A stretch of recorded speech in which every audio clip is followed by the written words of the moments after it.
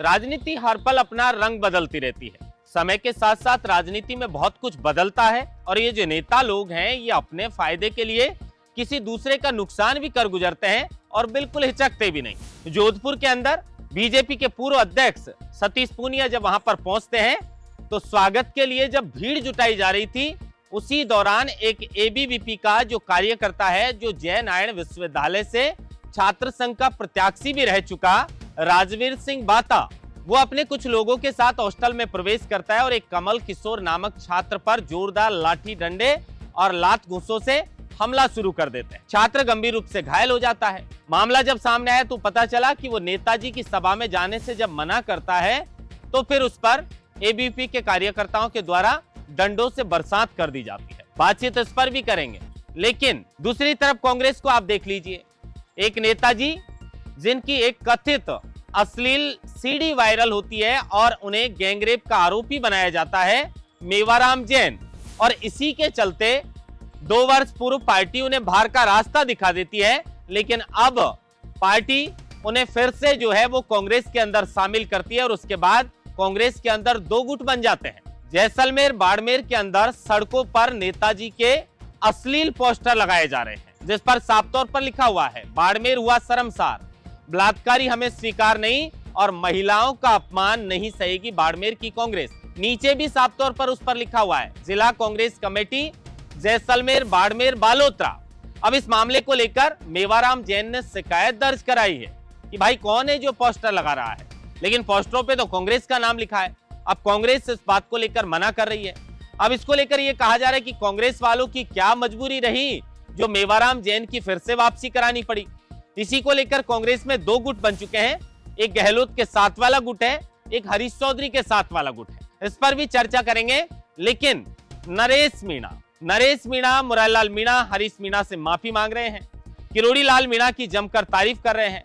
जब वो सिकराय के नांदरी में पद दंगल के कार्यक्रम में शिरकत करने के लिए पहुंचे तो सिकंदरा में जो गुर्जर शहीद स्मारक है, वहां पर गुर्जरों की जो प्रतिमा वहां पर बनी हुई थी, उन्हें नमन किया, उन्हें पुष्प अर्पित किए और उसके बाद वो वहां पर जाते हैं और स्वर्गीय राजेश पायलट साहब की भी जमकर तारीफ करते हैं और ये भी कहते हैं कि राजेश पायलट साहब ने मीणाओं को आगे बढ़ाया है। सिकराय के अंदर उस वक्त 13 पंचायत समिति थी, जिसमें 7 जनरल की थी और उसमें 7 पे पहली बार राजेश पायलट जी ने मीणाओं को प्रधान बनाया था।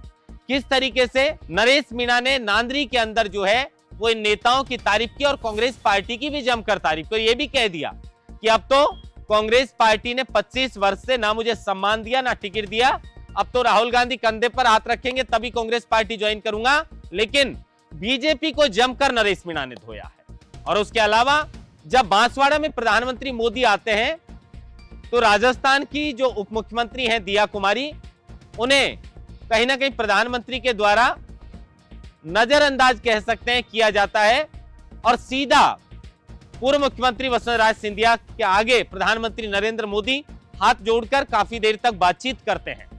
क्या शिकायत की वसुंधरा सिंधिया ने, क्या अंदर की बात है, उस पर भी चर्चा करेंगे, क्योंकि ये जो वीडियो है छोटा सा, ये जमकर सोशल मीडिया पर वायरल है। नमस्कार, आप देख रहे हैं लोकमत हिंदी और मैं हूं आपके साथ महेंद्र मासरूका।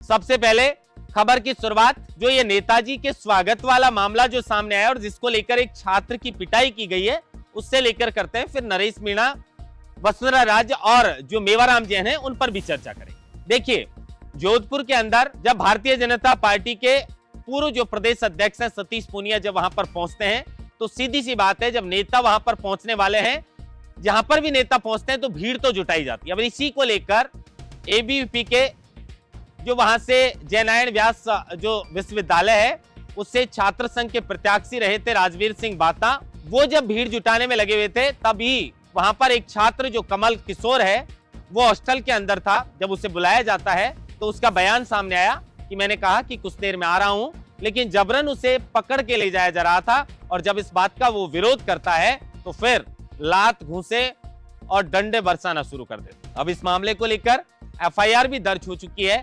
छात्र का अस्पताल के अंदर इलाज भी चल रहा है, जिसने साफ तौर पर आरोप लगाए कि जब यहाँ पर नेताजी सतीश पूनिया आने वाले थे उसी को लेकर हमें बुलाया जा रहा था और जब मैंने इस बात का विरोध किया और देरी से जाने के लिए कहा तो जमकर मेरे ऊपर लात घूंसों की बरसात की गई, डंडों से मुझे पीटा गया।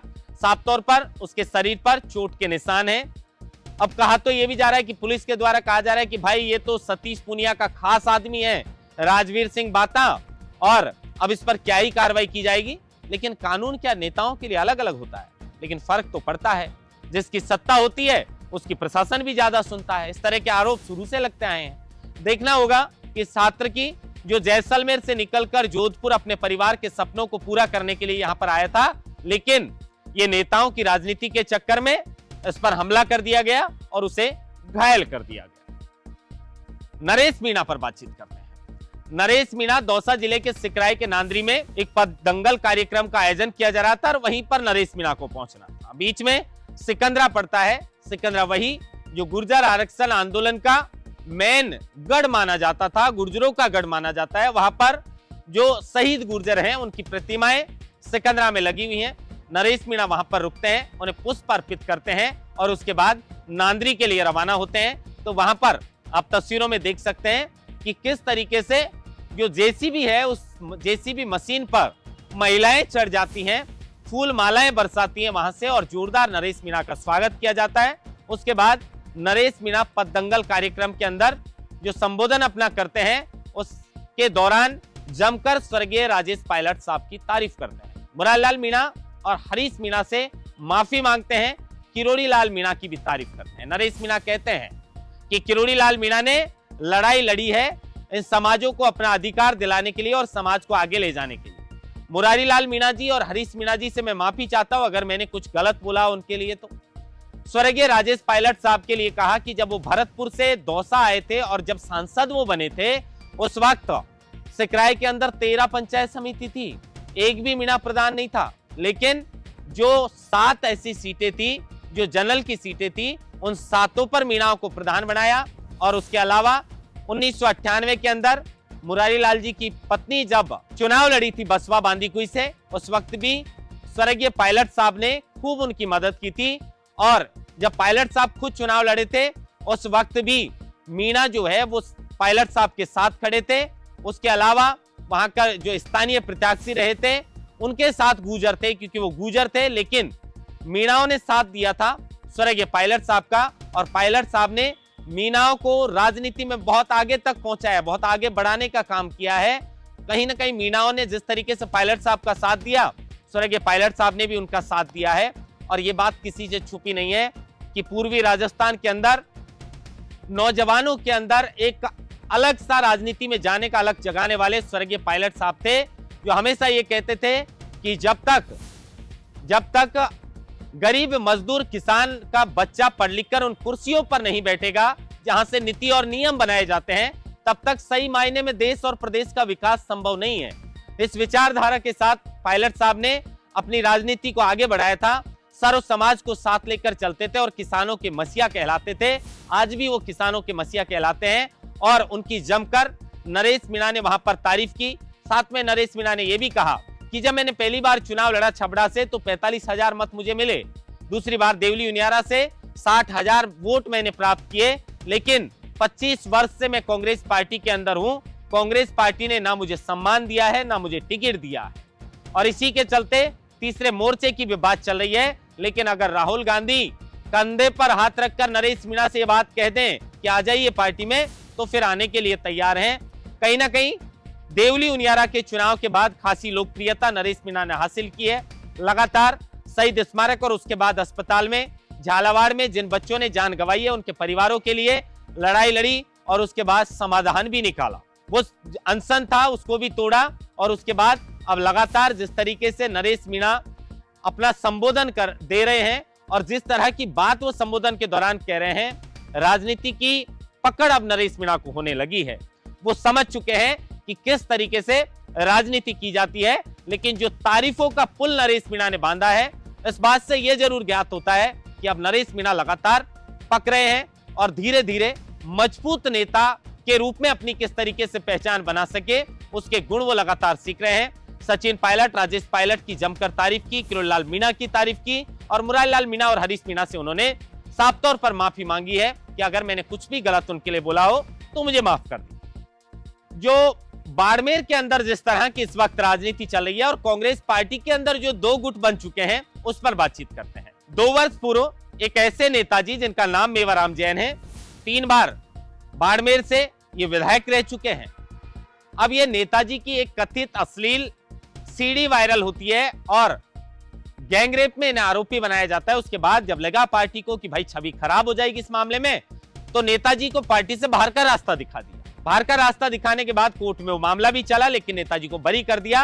और अब फिर से पहले अमीन खान की एंट्री होती है और अब जिस तरीके से मेवाराम जैन की कांग्रेस में वापसी होती है, इसको लेकर हरीश चौधरी खासा नाराज दिख रहे हैं। हरीश चौधरी के इससे पहले हम बात करें तो बाड़मेर में जैसे ही नेताजी की वापसी हुई, बाड़मेर में आप साफ तौर पर देख सकते हैं कि अश्लील पोस्टर लगाए जा रहे हैं जिन पर लिखा जा रहा है कि बाड़मेर हुआ शर्मसार, बलात्कारी हमें स्वीकार नहीं और महिलाओं का अपमान नहीं सहेगी बाड़मेर की कांग्रेस। और नीचे लिखा हुआ है बाड़मेर कांग्रेस कमेटी, कांग्रेस की जिला कमेटी, जिस पर साफ लिखा है जैसलमेर, बाड़मेर और बालोतरा। मतलब ये पोस्टर कांग्रेस पार्टी ने लगाए हैं, लेकिन कांग्रेस पार्टी साफ तौर पर मना कर रही है और इसी को लेकर नेताजी जो है उन्होंने मामला दर्ज भी कराया है। अब इस मामले को लेकर एक तरफ कांग्रेस पार्टी में खुशी का माहौल है क्योंकि नेताजी की वापसी हुई है, स्वागत भी किया जा रहा है, लेकिन एक दूसरा धड़ा है, वो चाहता है कि ऐसी चरित्रहीनता के साथ हमें तो भाई राजनीति करनी नहीं है, जिसमें साफ तौर पर हरीश चौधरी कई बार इस तरह के बयान भी दे चुके हैं। मेवाराम जैन को लेकर उन्होंने नाम तो नहीं लिया, लेकिन इस तरह के वो बयान दे चुके हैं कि चरित्रहीनता के साथ मुझे राजनीति नहीं करनी है। अब कहा जा रहा है कि कुछ नेता, जिसमें हरीश चौधरी शामिल है और वहां से जो पुराने दिग्गज नेता हैं हेमराम चौधरी हैं, उनके साथ कुछ नेता हैं जो दिल्ली भी जाते हैं और इस बात को लेकर विरोध करते हैं कि भाई ऐसी क्या नौबत आ गई जो नेताजी की वापसी कराई जा रही है, इससे तो पार्टी की छवि खराब हो जाएगी। लेकिन गहलोत जी ने पहले अमीन खान की वापसी करवा दी और अब मेवाराम जैन की वापसी करवा दी। मदन प्रजापत, साले मोहब्बत साथ हैं, बहुत सारे कार्यकर्ता भी साथ हैं जो मेवाराम जैन के हैं, क्योंकि 3 बार विधायक रहे हैं तो बड़ा एक जन सैलाब भी उनके साथ है, बड़ा जन समर्थन उनके साथ है, तभी तो 3 बार विधायक बने हैं। लेकिन अब साफ तौर पर जिस तरह की स्थिति ये दिख रही है, ये 2 गुट कांग्रेस के अंदर मेवाराम जैन की वापसी से बन चुके हैं और बाड़मेर की धरती पर जिस तरीके से ये होर्डिंग पोस्टर जो अश्लील हैं वो लगाए जा रहे हैं, ये किसी भी तरीके से सही नहीं है, क्योंकि इसमें सभी इन पोस्टरों को देखेंगे तो बहुत बच्चों पे भी असर पड़ेगा, देखने वालों पे भी असर पड़ेगा। क्या मैसेज इस पोस्टर के माध्यम से देना चाहती है बाड़मेर की जनता, क्योंकि कांग्रेस के नाम से पोस्टर लगा रहे हैं, कांग्रेस साफ तौर पर इनकार कर रही है। अब पुलिस इस मामले में लगातार जांच कर रही है, दूध का दूध और पानी का पानी भी हो जाएगा कि कौन है जो नेताजी की फोटो बताकर इस तरीके के जो है वो पोस्टर लगा रहे हैं। लेकिन साफ तौर पर इस वक्त बाड़मेर में कांग्रेस में 2 गुट बन चुके हैं मेवाराम जैन की वापसी के बाद। प्रधानमंत्री मोदी का जो बांसवाड़ा दौरा था उसकी जो सबसे ज्यादा रील वायरल है, जिसमें दिया कुमारी को इग्नोर करते हुए प्रधानमंत्री मोदी आगे बढ़ते हैं, राज्यपाल भी हैं राजस्थान के, उनको वो हाथ जोड़कर नमस्कार करते हैं। उसके बाद में जब आगे बढ़ते हैं तो दिया कुमारी रहती है, दिया कुमारी को इग्नोर करते हुए सीधे वसुंधरा सिंधिया के सामने जाकर खड़े हो जाते हैं। वसुंधरा सिंधिया उनसे बातचीत करती है, प्रधानमंत्री हाथ जोड़े खड़े रहते हैं। अब बातचीत के 10-5 सेकंड के अंदर क्या कुछ होती है पता नहीं, अलग अलग तरह की अलग अलग अटकलें राजनीति में। देखिए, राजनीति संभावनाओं का ही खेल है, इस तरह की अटकलें लगती रहती हैं। लेकिन अब लोग कह रहे हैं कि वसुंधरा राजे ने अभी तक प्रधानमंत्री मोदी ने जिस तरीके से उनके साथ किया, उन्हें माफ नहीं किया, या वो नाराज हैं, उन्हें पद क्यों नहीं मिला, उनके बेटे को कैबिनेट में पद नहीं दिया गया, उन्हें राजस्थान की राजनीति से दूर कर दिया गया।